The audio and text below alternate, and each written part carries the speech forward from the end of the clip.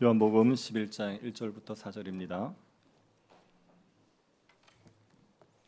요한복음 11장 1절부터 4절 말씀입니다. 찾아서 한 절씩 교도하겠습니다.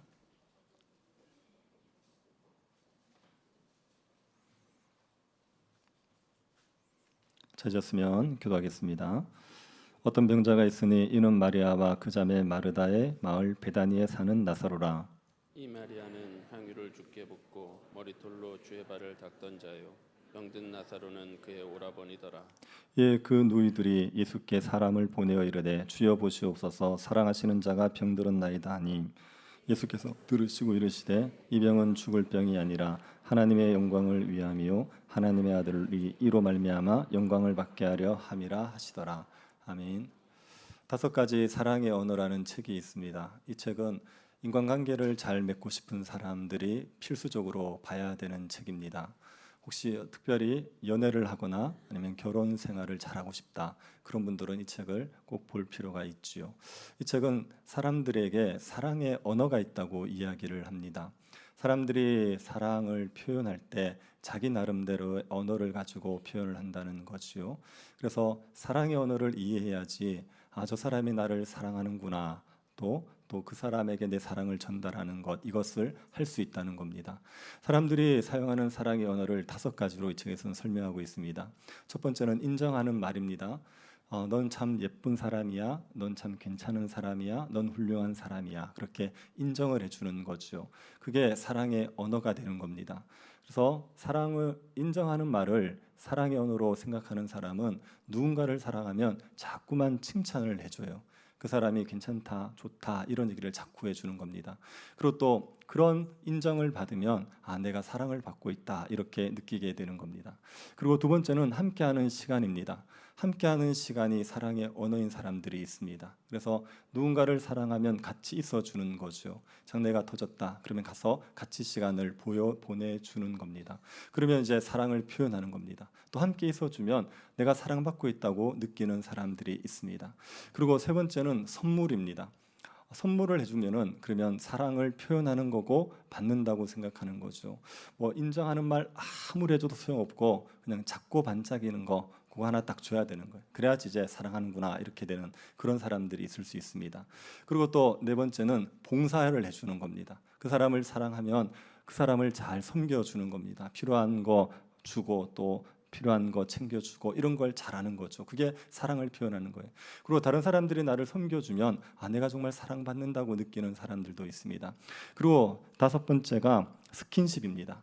포옹을 해주거나 손을 잡아주거나 그렇게 해주면 그게 사랑을 표현하는 거고, 그리고 또 사랑을 받는다고 느끼게 되는 겁니다. 5가지의 사랑의 언어가 있다고 얘기합니다.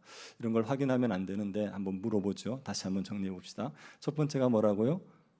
네, 인정하는 말. 두 번째가 함께하는 시간. 세 번째가 선물. 네 번째가 봉사. 그리고 5번째가 스킨십. 그 5가지가 사랑의 언어라는 거죠. 이걸 이해하는 게 왜 필요하냐 하면 나는 사랑을 표현해도 상대방이 그것을 사랑의 언어로 이해하지 못하면 그러면 사랑이 전달이 안 되는 겁니다. 제 남편은 인정하는 말이 이게 사랑의 언어예요. 그래가지고 아내에게 계속 인정하는 말을 자꾸 해주는 거예요. 근데 아내는 원하는 게 뭐냐면 봉사인 겁니다. 말 자꾸 하지 말고 설거지를 좀 해주면 좋겠는 거예요. 그런데 이제 설거지는 해주지 않고 맨날 이제 아내가 밥하면 너무 맛있어, 그리고 또 아내가 집안일 하면 너무 깨끗하네, 그런 말만 하는 겁니다. 그럼 이제 아내 입장에서는 남편이 자기를 사랑한다고 생각지 않는 거예요. 그러니까 이제 남편은 나름대로 사랑을 표현했는데 아내는 사랑을 받는다는 느낌을 못 가지게 된 거죠. 또 어떤 경우에는 아내가 정말 사랑을 해서, 남편을 사랑해서 뭘 하냐 하면 옆에서 자꾸 조언을 해주는 경우가 있습니다. 우리 남편이 좀 더 잘 되기를 바라는 마음에 자꾸 조언을 해주는 경우가 있습니다. 근데 남편은 그런 조언보다는 잘 순종해 주는 걸 원할 수 있어요. 그래서 아내는 사랑해서 자꾸 조언을 해주는데 남편은 그게 너무 듣기 싫은 겁니다. 그래서 아내가 사랑을 해만 할수록 남편과 자꾸 싸워버리게 될 수가 있죠. 자녀와의 관계에서도 마찬가지입니다. 부모들이 자녀들에게 사랑을 표현할 때 주로 하는 게 선물이나 봉사거든요. 선물을 해주면 아이에게 옷을 사주거나 핸드폰을 사주거나 생일날 뭐 이렇게 밥을 사주거나 이러면 이제 그게 사랑의 표현이란 말입니다. 또 봉사를 해주는 거죠. 빨래해주고 밥해주고 청소해주고 이런 게 사랑의 표현입니다. 근데 아이들의 경우에는 그런 것보다는 인정하는 말을 듣고 싶어 할 수 있어요. 그래 부모가 너 정말 대단해, 너 정말 멋지다 그런 말을 해주기를 바랄 수 있어요. 아니면 시간을 함께 보내주는 게 사랑의 언어일 수 있습니다. 그런데 아예 부모들이 자식들에게 열심히 선물해주고 봉사를 해주긴 하는데 인정하는 말을 해주지 않고 함께 해주지 않지 않습니까? 그러면 자녀들이 부모가 나를 사랑한다고 느끼지를 못하는 겁니다. 그래서 이제 부딪히다가 보면 애들이 막 이렇게 달려들 때 있지 않습니까? 엄마 아빠가 나에게 해준 게 뭐 있어? 그렇게 얘기하는 거예요. 그럼 이제 엄마 아빠는 이제 또 분노해서 얘기하는 거죠. 안 해준 게 뭐 있어? 그렇게 하는 거예요. 이게 서로 사랑의 언어가 다르니까 사랑을 해줘도 또 사랑을 받아도 그게 사랑인지를 모를 수 있습니다. 그래서 사랑의 언어를 서로 이해하는 게 너무 중요하다. 그래서 이 책이 굉장히 많이 팔리고 사람들에게 실질적으로 도움을 많이 줬습니다. 이거 보고 부부 관계가 너무 좋아졌다는 분들, 또 이제 자녀와의 관계가 좋아졌다는 분들이 많이 있거든요. 그래서 여러분도 이거 한번 참고해 보시면 좋을 것 같습니다. 근데 이게 우리가 하나님과의 관계에서도 사랑의 언어를 이해하는 건 필요합니다. 하나님께서 우리를 어떻게 사랑하시는지 그것들을 이해해야지 하나님이 나를 사랑한다는 것을 알 수가 있습니다. 하나님의 사랑의 언어를 모르면 하나님이 나를 사랑해 주시는데 그런데 나는 사랑받는다는 것을 느끼지 못할 수가 있죠. 말라기 시대 이스라엘 백성들이 그랬습니다. 말라기서 1장 2절을 한번 보시겠습니까? 여호와께서 이르시되 내가 너희를 사랑하였노라 하나 너희는 이르기를 주께서 어떻게 우리를 사랑하셨나이까 하는도다. 하나님께서 이스라엘 백성들에게 내가 너희 사랑했다. 이스라엘 백성들은 뭐라 그럽니까? 주께서 어떻게 우리를 사랑했습니까? 우리에게 사랑해 준 게 뭡니까? 그렇게 되드는 거죠. 이스라엘 백성들은 하나님의 사랑을 전혀 느끼지를 못하고 있는 겁니다. 하나님이 이스라엘을 사랑하지 않습니까? 얼마나 사랑하십니까? 그런데 이들은 하나님의 사랑의 언어를 모르는 거예요. 자신들의 사랑의 언어로 하나님이 말해주지 않았다고 해서 그래서 하나님의 사랑을 느끼지를 못하는 겁니다. 하나님이 우리의 사랑의 언어로 우리에게 표현하실 때 있습니다. 우리가 인정하는 말을 들으면 좋지요. 그래서 하나님께서 우리에게 내가 너 참 사랑한다, 너 귀한 아이야 그렇게 얘기해 줄 수 있어요. 그렇게 우리에게 원하는 우리가 쓰는 사랑의 언어로 하나님께서 우리에게 표현해 주실 수 있죠. 그런데 반드시 그렇게 하지 않을 때도 있거든요. 우리가 원하는 방식이 아니라 하나님께서 다르게 우리에게 사랑을 얼마든지 표현할 수 있습니다. 그래서 하나님의 사랑의 언어가 무엇인지를 이해해야지 그래 우리가 하나님의 사랑을 풍성히 누리면서 살아갈 수가 있습니다. 우리 오늘 본문에서 하나님의 사랑의 언어 한 가지를 이해해 보려고 합니다. 오늘 본문에 나오는 게 하나님의 사랑의 언어가 전체라고 얘기하는 건 아니지만 오늘 본문에서 한 가지 사랑의 언어를 이해해 보려고 합니다. 예수님께서 나사로의 가족들과 나누는 대화의 이야기입니다. 우리 지난주에 이거 살펴봤는데 오늘은 우리가 좀 하나님의 사랑을 이해하자는 관점에서 이 본문을 다시 한번 생각해 보겠습니다. 예수님이 나사로의 가족들을 사랑하셨죠. 굉장히 사랑하셨습니다. 나사로의 가족들도 예수님을 사랑했습니다. 나사로의 동생 마리아는 예수님에게 향유를 부었습니다. 향유가 가격이 다른 본문을 보면 300데나리온입니다. 300데나리온이면 노동자 1년치 연봉이거든요. 그렇게 값비싼 향유를 예수님의 발에 부은 겁니다. 유대인들은 손님이 집에 오면 발을 씻어주게 되어 있습니다. 그때 보통 물로 씻어주는 거죠. 그런데 마리아가 예수님의 발을 그 흙 묻은 발을 이 향유를 부어서 씻어주는 거예요. 여러분이 어떤 집에 갔는데 발을 씻어주겠다 그러고 샤넬 넘버 5로 발을 씻어줬다. 어떻습니까? 이거 대단한 일 아닙니까? 그걸 붓는 것도 대단한데 머리털로 그 향유를 닦아내면서 예수님 발을 깨끗하게 씻어주는 거예요. 마리아가 얼마나 예수님에게 헌신적이었는지를 보여주죠. 나사로의 가족들 전체가 이렇게 예수님에게 헌신적이었어요. 그래서 예수님이 예루살렘으로 가실 때면 배단이 나사로의 집에 들러서 자주 머물렀던 것 같습니다. 그렇게 예수님을 사랑했던 가족이 나사로의 가족이에요. 제가 나사로의 가족이 오늘날 어떤 모습일까 한번 유추해 봤는데 아마 이런 모습일 겁니다. 예배 드리는 걸 너무 좋아해요. 그래서 교회에서 드리는 모든 예배를 다 참석하는 겁니다. 정말 예배가 좋아서. 그리고 하나님의 말씀을 사랑해서 말씀을 알려고 열심히 말씀을 읽고 성경 공부도 열심히 하고 말씀을 알기 위해서 힘쓰는 겁니다. 기도하는 시간이 좋아서 시간을 구별해서 새벽에 일어나서 기도하고 틈틈이 기도하면서 하나님과 교제하는 걸 너무 좋아하는 거예요. 그리고 교회를 섬깁니다. 교회에서 온갖 굳은 일들을 다 해요. 교사도 하고 찬양대도 하고 주방봉사도 하고 안내도 하면서 열심히 섬기는 겁니다. 복음을 전하는 겁니다. 사람들 만나면 예수 믿으라고 얘기하고 하나님의 나라가 곧 임한다고 얘기하고 막 전도 열심히 하는 겁니다. 그리고 선교에 대해서도 관심을 가지고 직장에서도 열심히 살아가는 거예요. 이런 사람들은 너무 신실한 사람들 아닙니까? 그런 사람들 하나님 사랑하시겠죠. 나사로의 가족이 그런 사람 같은 거죠. 그래서 예수님이 너무 사랑하셨던 가족이 나사로의 가족입니다. 그 나사로가 병이 들어버렸습니다. 나사로가 병들었을 때 이 나사로의 가정은 큰 재앙을 만난 겁니다. 나사로가 병들어 죽는다. 그러면 이제 나사로만 불쌍한 게 아니라 마르다와 마리아도 굉장히 불쌍해지게 되는 겁니다. 이 집을 보면 부모님이 안 계신 것 같아요. 그리고 이제 오빠 나사로가 가장인 것 같습니다. 마리아와 마르다는 결혼을 안 한 것 같지요. 그럼 이제 결혼하지 않은 두 여동생이 오빠를 의지해서 사는 겁니다. 그 고대 이스라엘 땅에서는 남자가 있어야지 살거든요. 그래서 오빠를 의지해서 살고 있는데 그 오빠가 병이 들어버렸습니다. 만약에 나사로가 죽으면 마르다와 마리아도 굉장히 삶이 어려워지게 되는 거죠. 그래서 나사로가 병든 건 이 집의 큰 재앙이었습니다. 그때 이들이 예수님에게 도움을 구하는 겁니다. 나사로의 집이 어디였는지 기억나십니까? 예루살렘 근처의 베다니였습니다. 거기에서 이제 나사로가 살고 있어요. 예수님은 지금 어디 계시냐 하면은 요한이 처음에 세례 주던 곳 거기에 있습니다. 여기는 요단강 근처의 베다니입니다. 그래서 나사로는 예루살렘 근처의 베다니에 살고 있고 그리고 예수님은 요단강 근처의 베다니에 지금 머물고 계시는 거예요. 이 거리가 30km 정도 됩니다. 그러니 하루 혹은 하루 반나절 정도의 거리지요. 그 거리에 사람을 보낸 겁니다. 지금 나사로가 병들어서 죽게 되었으니까 어떻게든 예수님의 도움을 받고 싶어서 병들어서 보낸 거죠. 예수님이 나사로의 가족을 사랑하지 않습니까? 나사로의 가족도 예수님을 사랑하잖아요. 그럼 이제 병들었다는 얘기를 들으면 일반적으로는 어떻게 하시는 게 맞습니까? 예수님이 베다니로 오셔야죠. 아니면 예수님이 고쳐주셔야죠. 그걸 하셔야 된단 말입니다. 그런데 그걸 하지 않는 거예요. 그리고 이렇게 얘기하시는 겁니다. 4절을 보십시오. 예수께서 들으시고 이르시되 이 병은 죽을 병이 아니라 하나님의 영광을 위함이요 하나님의 아들이 이로 말미암아 영광을 받게 하려 함이라 하시더라. 나사로의 병이 죽을 병이 아니라고 얘기하는 겁니다. 하나님의 영광을 위한 병이다.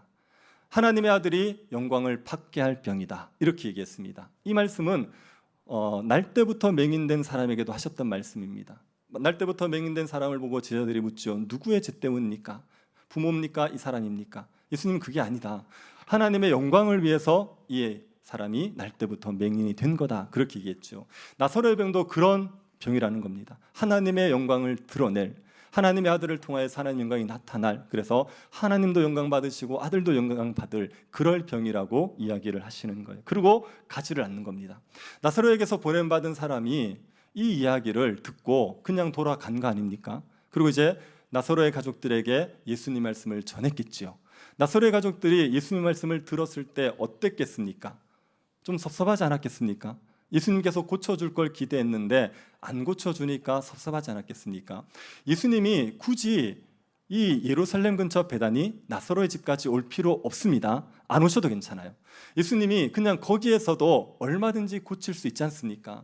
예수님께서 왕의 신하의 아들을 고쳐주신 적이 있습니다. 요한복음에 보면 그때 예수님께서 말씀으로만 고치셨거든요.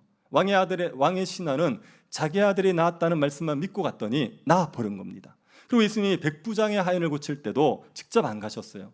백부장이 우리 집에 오는 거 저 감당이 안 됩니다. 그냥 말씀만 해주십시오. 그래서 그 믿음 칭찬하시고 말씀으로 고쳤단 말입니다. 그래서 예수님이 요한이 세례 주던 그 베다니 거기에서 그냥 말씀만 하셔도 돼요. 나사로야 나아라. 이렇게 한마디만 하셔도 얼마든지 나사로는 병이 나을 수 있습니다. 그런데 그 치유를 안 해주시는 거예요. 안 해주시고 그냥 죽을 병이 아니라고 얘기하시는 거죠. 그래서 나사로의 가족들은 예수님의 말씀 믿고 나사로는 죽을 병은 아니구나 그렇게 믿고 그래도 위안을 삼았을 겁니다. 근데 나사로가 죽어버렸죠. 안 죽는다 그랬는데 죽었단 말입니다. 그때 나사로의 가족들이 얼마나 섭섭했겠습니까? 예수님에 대한 원망이 생기지 않았겠습니까? 우리가 하나님에 대해서 섭섭하고 하나님에 대해서 원망이 일어날 때도 이럴 때죠. 하나님께서 우리를 고통 가운데 건져주지 않을 때입니다. 나사로의 가족이 지금 고통을 겪고 있는데 그걸 그냥 내버려 두셨지 않습니까? 이게 나사로의 가족이 섭섭한 것처럼 우리도 마찬가지입니다. 하나님께서 우리를 고통 가운데 안 건져주시는 거예요. 아니, 내가 좀 더 지금보다 더 잘 살게 해달라고 간구했는데, 혹은 지금보다 더 나은 삶을 구했는데 하나님이 안 들어주셨다. 섭섭할 수 있습니다. 그러나 그것 때문에 크게 섭섭하지는 않아요. 그런데 내가 지금 힘들다고요. 내가 지금 평안하게 잘 살고 있는 게 아니라 내가 너무 힘들단 말입니다. 내가 죽을 것 같단 말입니다. 이런 상황 속에서 하나님께 건져달라고 했는데, 그런데 하나님께서 안 건져주는 거예요. 성경에 뭐라 그럽니까? 환난 날에 누구를 부르래요? 하나님 부르래요. 하나님 부르라고 얘기하고, 하나님 우리 사랑한다고 얘기하고, 그렇게 얘기해놓고 하나님 앞에 고통에서 건져달라고 얘기하는데 안 들어주시는 거예요. 그러면 이게 우리를 섭섭하게 만들지요. 그래서 이런 상황에서 하나님이 너를 사랑해 반발이 드는 겁니다. 내가 지금 힘들어 죽겠는데 교회 와서 목사님은 맨날 하나님이 사랑한대요. 키 큰 목사님이 맨날 그러고 있어요. 짜증이 나죠. 안 받아들여지죠. 이게 우리가 힘든데 그런 상황 속에서 하나님이 건져주지 않는 게 우리를 섭섭하게 만드는 거예요. 그럼 그럴 때 하나님께서 나를 사랑하지 않는다, 그렇게 생각하지 말고 하나님께서 내가 원하는 방식이 아닌 다른 방식으로 나를 사랑하시겠구나, 하나님께서 나에게 다른 것으로 사랑을 주시겠구나, 그렇게 받아들이는 게 지혜롭지요. 하나님, 예수님께서 왜 나사로의 가족에 그 병을 안 갖춰주셨습니까? 이유가 뭐죠? 그걸 통하여서 하나님의 영광을 나타내려고요. 나사로의 병을 고쳐주지 않은 것은 하나님의 영광을 드러내기 위해서입니다. 하나님의 영광을 받으시게 하고 하나님의 영광을 드러내서 나사로의 가족들이 하나님의 영광을 보게 하기 위한 거예요. 예수님께서 병은 고쳐주지 않았지만 나사로의 가족에게 하나님의 영광을 드러내주시고 하나님의 영광을 보게 해주시는 겁니다. 여러분, 이게 병 고쳐주는 게 낫습니까? 영광을 보여주는 게 낫습니까? 여러분에게 로또가 되는 게 낫습니까? 하나님의 영광을 보여주는 게 낫습니까? 대답을 하는 게 나을까요? 끝까지 버티는 게 나을까요? 하나님께서 영광을 보여주는 게 복이라고 믿으십니까? 하나님의 영광을 본다는 건 이제 이 땅에서 사람들이 누릴 수 있는 복 중에 최고의 복이라고 얘기해요. 구약에서 하나님의 영광을 봤다고 하는 사람이 누가 있죠? 대표적인 사람 누가 있습니까? 모세 있죠. 모세는 하나님의 영광을 봤잖아요.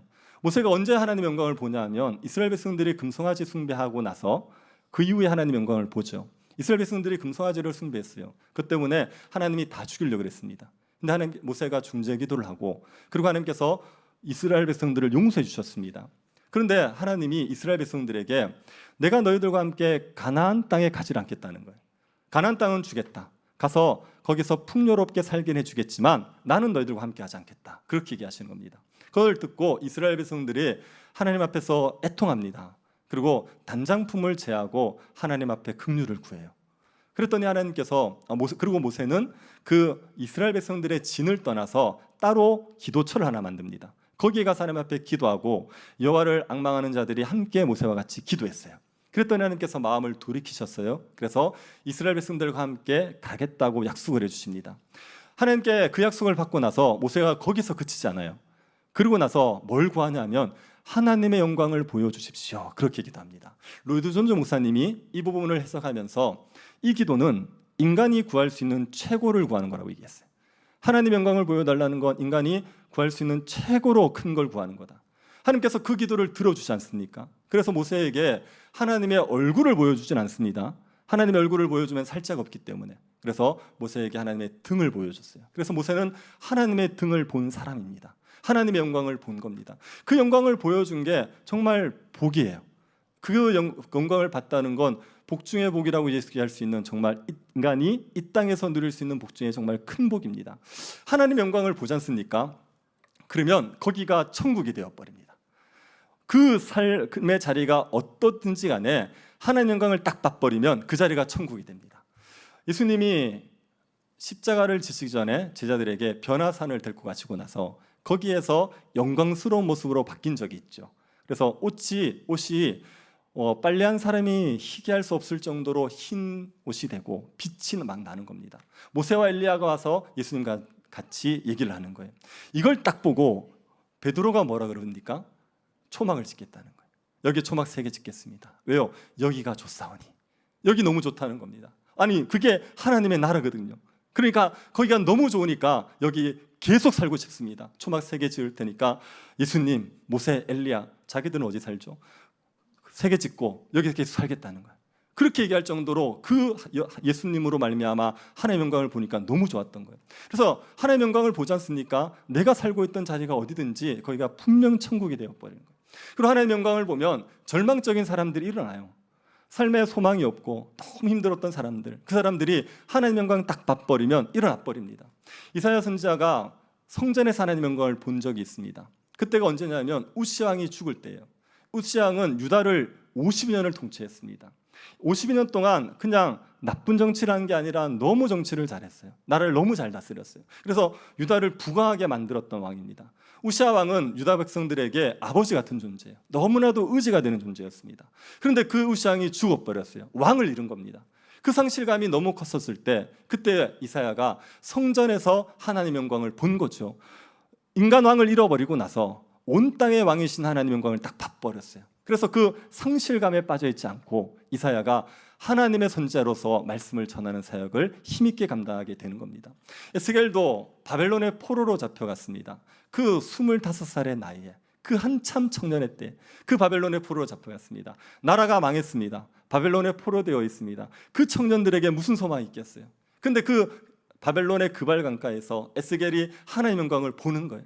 하나님의 영광을 보고 나서 에스겔이 그 바벨론 땅에서 선지자의 사명을 감당했습니다.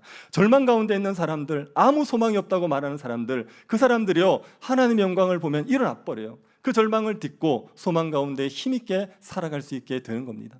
그리고 하나님의 영광을 보는 사람들이 이 땅의 환난 가운데서도 즐거워할 수 있습니다. 여러분 소원이 가난하든 부하든 자족하게 사는 게 소원이시죠? 그죠? 저의 소원은 여러분이 대답하든 대답하지 않든 열심히 설교하는 겁니다. 여러분이 어떤 형편에든지 자족하는 게 소원이시죠? 그거는요 영광을 보는 사람들이 그렇게 살 수 있습니다. 로마서 5장 2절 한번 보시겠습니까? 로마서 5장 2절. 또한 그로 말미암아 우리가 믿음으로 서 있는 이 은혜에 들어감을 얻었으며 하나님의 영광을 바라고 즐거워하느니라. 여기 보면 신자들이 즐거움을 누릴 수 있다고 얘기합니다. 뭐를 바라보고요? 하나님의 영광 바라보고. 하나님의 영광 바라보면 신자들이 즐거워할 수 있어요. 근데 이 즐거움은 환난 가운데도 빼앗기지 않는 겁니다. 환난 가운데서도 이 소망 때문에 즐거워할 수 있는 겁니다. 하나님의 영광을 본 사람들은 하나님의 영광을 바라게 되어 있어요. 우리에게 주실 그 영광을 바라보는 겁니다. 그걸 바라보면 현실은 환난이에요. 현실은 어려워요. 그런데 이 영광이 너무 좋으니까 그러니까 기쁨을 누리며 살아가는 겁니다. 이게 신자가 빼앗기지 않는 기쁨이에요. 그래서 하나님의 영광을 보는 게 우리에게 정말 복 중의 복이라고 얘기할 수가 있는 거죠. 존 파이퍼 목사님이 이렇게 얘기했습니다. 예수님께 사랑받는다는 것은 무엇을 의미할까요? 사랑은 우리에게 가장 필요한 것을 주는 것을 의미합니다. 그리고 우리에게 가장 필요한 것은 치유가 아니라 하나님의 영광을 온전하고 끝없이 경험하는 것입니다. 사랑은 우리에게 가장 충만하고 오래 지속되는 기쁨을 가져다 줄 것을 주는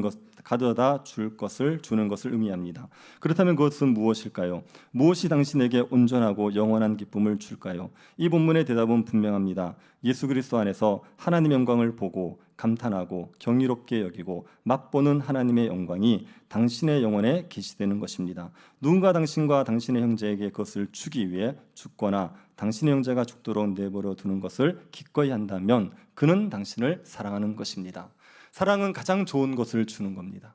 우리를 가장 행복하게 할 것을 주는 겁니다. 그러면 우리를 가장 행복하게 하는 게 뭐냐는 겁니다. 무엇이 우리를 가장 행복하게 해줍니까? 병을 고쳐주면 그게 우리를 가장 행복하게 해줍니까? 그렇지 않다는 겁니다. 무엇이 우리를 가장 행복하게 만들어줍니까? 하나님의 영광을 보는 것. 그게 우리를 가장 행복하게 만들어주는 겁니다. 여러분, 예수님이 나사로를 병들었을 때 안 고쳐줬잖아요. 그러고 나서 죽도록 내버려 뒀지 않습니까? 처음에 이제 나사로의 가족들은 분명히 안 고쳐줬을 때 섭섭했을 거란 말입니다. 근데 병들었을 때 고쳐주는 게 나았습니까? 아니면 죽었을 때 살려주는 게 나았습니까? 훨씬 나았죠. 죽고 나서 살려주는 게 훨씬 나았죠. 왜 낫습니까? 죽고 나서 살려주셨을 때 나사로의 가족들은 뭘 확실하게 믿게 되냐면 예수님이 부활이고 생명이라는 걸 확실하게 믿는 거예요. 예. 병을 고쳐주면 예수님이 병을 고쳐주는다는 믿음을 가졌겠죠. 그런데 그건 이미 가지고 있는 믿음이고, 지금 나사로의 가족들이 나사로가 죽고 나서 살아나니까 그때 분명하게 아는 겁니다. 분명히 예수님은 부활이고 생명이다. 예수님을 믿는 자는 죽어도 다시 산다. 이걸 아는 거죠. 자, 그러면 그 이후부터 나사로의 가족들은 죽음을 두려워했을까요? 안 했을까요? 안 했을 것 같지 않습니까? 예. 부활이고 생명이신 예수님 때문에 내가 죽어도 살겠구나, 영원히 살겠구나, 이 소망 가지고 죽음을 두려워하지 않는 겁니다. 그러니까 예수님이 나사로의 가족들이 원하는 대로 질병은 고쳐주지 않았지만 예수님이 그 가족에게 정말 좋은 걸 주신 거죠. 하나님의 영광을 보여줌으로 말미암아 나사로의 가족들이 죽음을 두려워하지 않고 복 가운데 살아갈 수 있도록 만들어 주신 겁니다. 그래서 하나님의 영광을 보여주는 게 정말 좋은 걸 주는 겁니다. 아멘이십니까?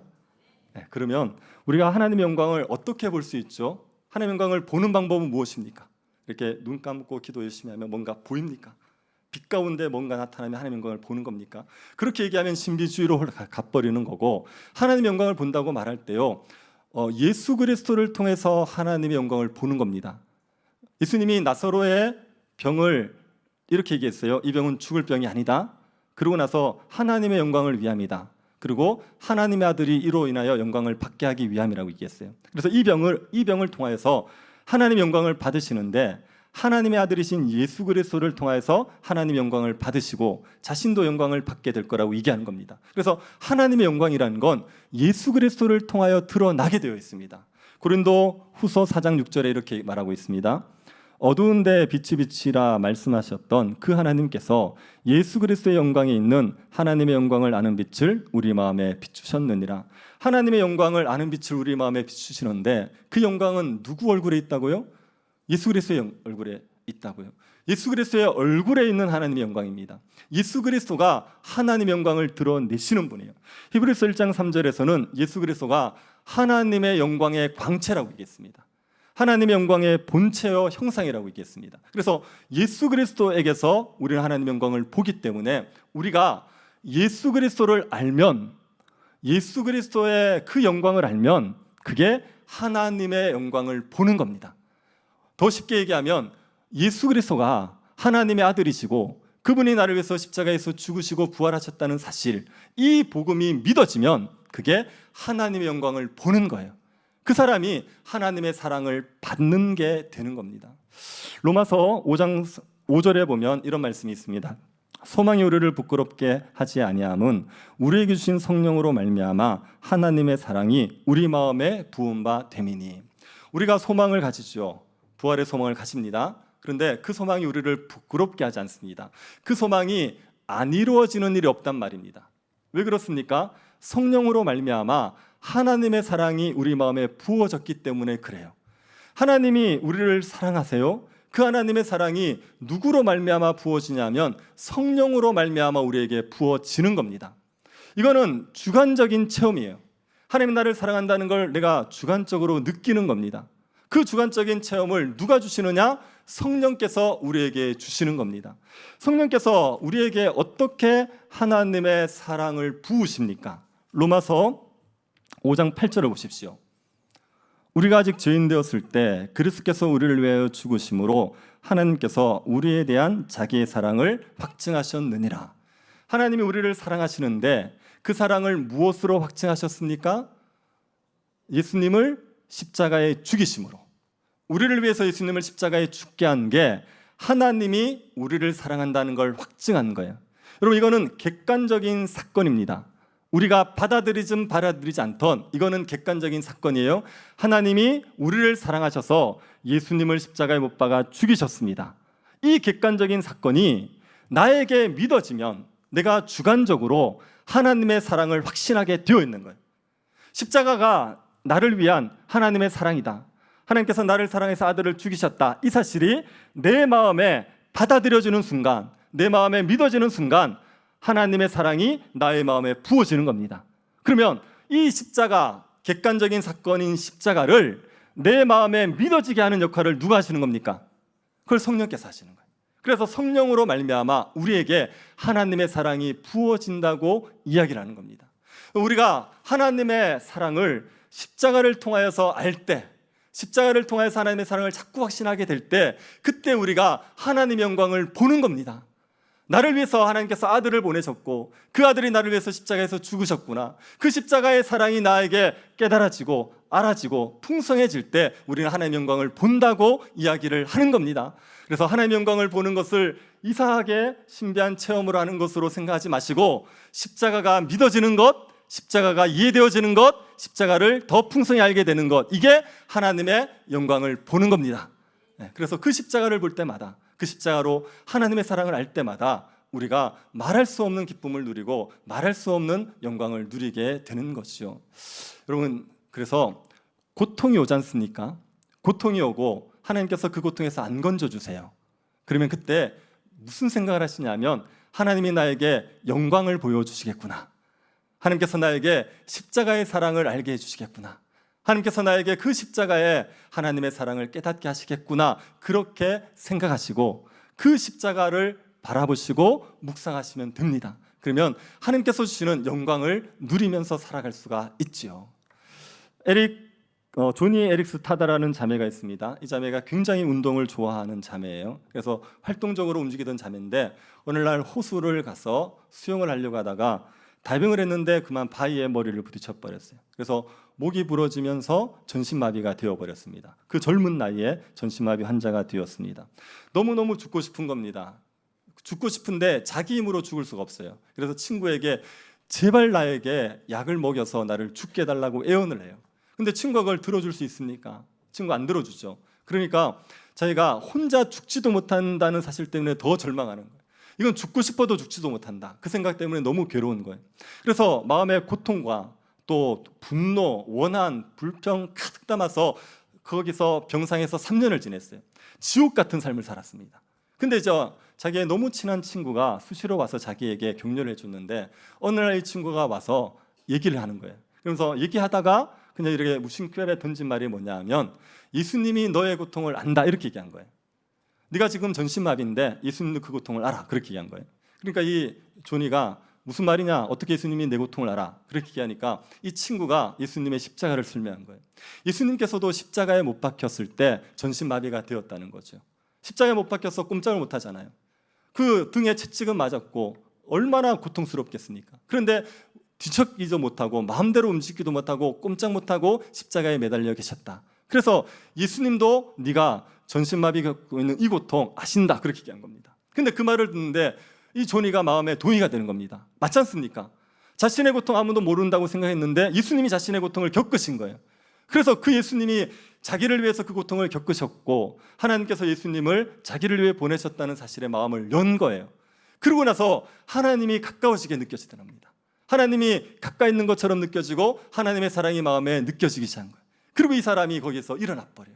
그 절망에서 일어나서 그 전신마비인데 아무것도 못할 것 같은 사람이 뭐라도 하려고 발버둥치면서 발을 움직일 수 있으니까 발로 그림을 그려가면서 그렇게 살려고 하는 겁니다. 그리고 사람들에게 하나님을 전하고 사는 거죠. 하나님을 건강할 때 그때보다도 훨씬 더 하나님으로 인해서 풍성한 삶을 살아가고 있는 겁니다. 조니에게 하나님께서 전신마비를 고쳐주시는 그런 은혜를 주진 않으셨어요. 근데 뭘 보여주셨습니까? 예수 그리스도의 사랑을, 하나님께서 십자가에서 나타내신 그 사랑을 보여주신 거예요. 그걸 알게 해주신 겁니다. 그러니 그 고통에서 절망에서 벗어나고 일어나게 된 것이죠. 그래서 여러분을 고통 가운데 내버려 두시는 건 하나님께서 여러분에게 십자가의 사랑, 하나님이 얼마나 여러분을 사랑하셔서 십자가의 아들을 죽이셨는지 그 사랑을 알게 하기 위한 것이라고 이해하시고 그 고통 가운데서 하나님의 영광을 보기를, 십자가를 알기를 힘쓰시기를 바랍니다. 그러면 여러분이 그 고통으로 말미암아 여러분이 이런 것들이 많을 것 같아 보여도 하나님의 사랑을 알게 되면 여러분에게 말할 수 없는 기쁨과 평강이 넘치게 되어 있습니다. 제가 어떤 분에게 들으니까 오랫동안 신앙생활을 하셨대요. 그런데 본인의 삶이 잘 안 바뀌었답니다. 근데 어떤 계기를 통해서 삶이 바뀌는데 뭐로 바뀌었냐면은 하나님이 나를 사랑한다는 게 마음에 확신이 되더래요. 오래 교회를 다니면서도 잘 그게 느껴지지 않았는데 어느 순간 하나님이 나를 사랑하신다는 게 마음에 확 오더랍니다. 그러고 나서 이 사람의 삶이 바뀌는 거예요. 그렇게 안 되던 감사가 되고, 그렇게 안 되던 봉사가 되고, 주를 위해서 살아가는 일이 안 되던 것들이 되더라는 겁니다. 하나님의 사랑을 우리가 마음에 확신하는 게 우리에게 하나님을 즐겁게 살아가게 만들어주는 동력이 되게 되어 있습니다. 그래서 여러분, 우리가 믿는다 얘기할 때 뭘 믿느냐면 하나님의 놀라운 사랑을 믿는 거예요. 하나님께서 나를 사랑하신다, 아들을 십자가에 죽일 정도로 나를 사랑하신다, 이게 마음에 믿어지면 그게 하나님을 믿는 겁니다. 그 하나님을 믿어버리면 우리가 하나님의 사랑 가운데서 기뻐하면서 하나님을 섬기며 살아갈 수가 있습니다. 우리가 예수님 말씀을 믿읍시다. 한번 따라해 보실래요? 이 병은 죽을 병이 아니라 하나님의 영광을 위함이요. 이걸 믿읍시다.